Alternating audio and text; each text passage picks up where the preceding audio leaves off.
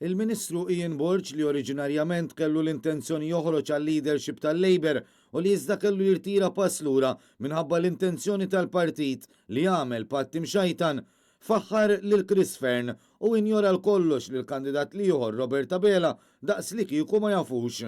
Waqt attività politika u wara elenku ta' tifħir, Ian Borg tenna li qed jażel lil Fern għax l-esperjenza tgħin. L-esperjenza tot, mela ma tox l-esperjenza tot ħafna. Iżda kulħadd jaf li l-verità hi differenti għax wara li Borg innifsu li jitfa' ismu f'din il-ġlieda minħabba ftehim li oriġina miċ-Ċentru Nazzjonali Laburista u kellu jħalli l-post għal Fern biss biex ma jkunx ikkontestat. U meta l-ftehim kien kważi komplut, Robert Abela sejjaħlu patt imxajtan u baqa sakemm anke hu tefa' ismu fir-ring. Dan wassal għar-rabja ta' ħafna iżda żgur ta' Ian Borg aktar minn oħrajn. Kif dan id-dawl il-Ministru Borg magħruf għar relazzjoni li kellu qrib il-Prim Ministru Joseph Muscat li attenda għall-attività politika ta' Chris Fern u għamillu messaġġ twil ta' tifħir.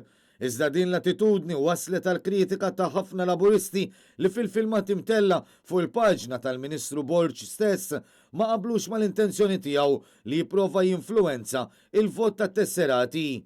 Mistoqsi dwar dawn il-kummenti, Ian Borg jipprova jimplika li dawk mhux tesserati laburisti iżda partitarji nazzjonalisti li qed jippruvaw għarqu jew fake profiles. Il-partitarji maqdru għadi maħdux gosbija li jintom l-MPs ħattu sajt favur naħi oħra.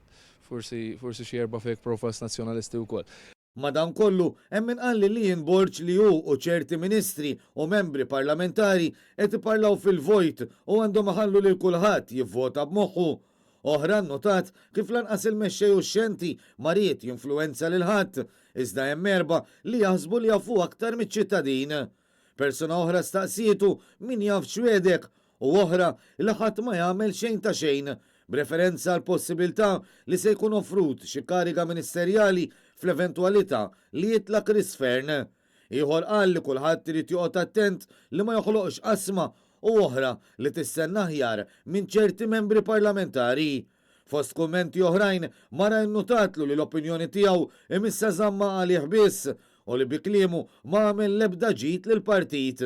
Oħra staqsietu jekk hux jinduna li b'dawn il-kummenti qed tiddaħħal aktar mibeda u għejra. Iżda minkejja dawn il-kummenti, il-Ministru Ian Borg baqa' jinsisti li jimponi l-pożizzjoni tiegħu fuq it-tesserat laburist. L-unika wieħed bejni u bejnu li tajtu għajjena. Għax tajtu l-appoġġ tiegħi, nemmen illi Chris Fern għandu abiltajiet li jista' jkun Prim Ministru tajjeb sa mill-ġimgħa d-dieħla. Mhux tal-istess opinjoni u l-Ministru Carmenu Abela, magħruf bħala wieħed mill-moderati fil-kamp laburista, li mistoqsi bl-istess mod minn Net News qal li meta kien mistieden u attenda għall-attivitajiet taż-żewġ kandidati. Kont mistieden minn Chris Fern biex nindirizza attività tiegħu, kif kont mistieden ukoll minn Robert Abela biex nindirizza l-attività tiegħu. Sa dan it-tant mistoqsi direttament jekk hux beħsibu joħroġ għal kariga ta' deputat mexxej, Ian Borg wieġeb biss li f'dan l-istadju dini mistoqsija ipotetika.